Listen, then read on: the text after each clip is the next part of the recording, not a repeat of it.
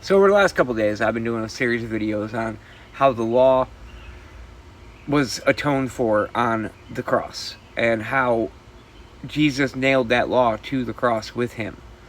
He did not come to abolish the law. He did not come to remove the law.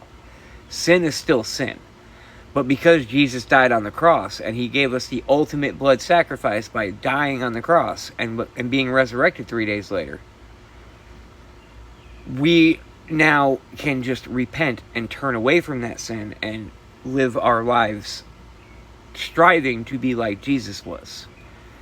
We're never going to be like Jesus because we aren't Jesus, because Jesus is God, and we will never be perfect like that.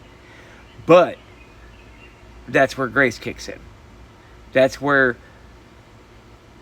the communication to Jesus, the communication to God is so important, because then, we can get closer to God than they could back then with those laws. Because back then, if they failed at one of those laws, they failed at all of them, and they ended up having to atone for sin by either killing a goat or a lamb and sacrificing that animal. Now, Jesus being the sacrifice on that cross, we don't have to do that stuff anymore. What we have to do is make sure that we repent and turn away from our sin. Don't get it twisted. Sin is still sin. The law still applies. But we are forgiven by grace. And we are the righteousness of God.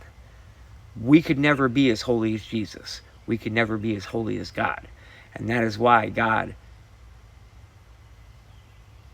came to this earth in the form of Jesus and gave us that sacrifice and lived that perfect life.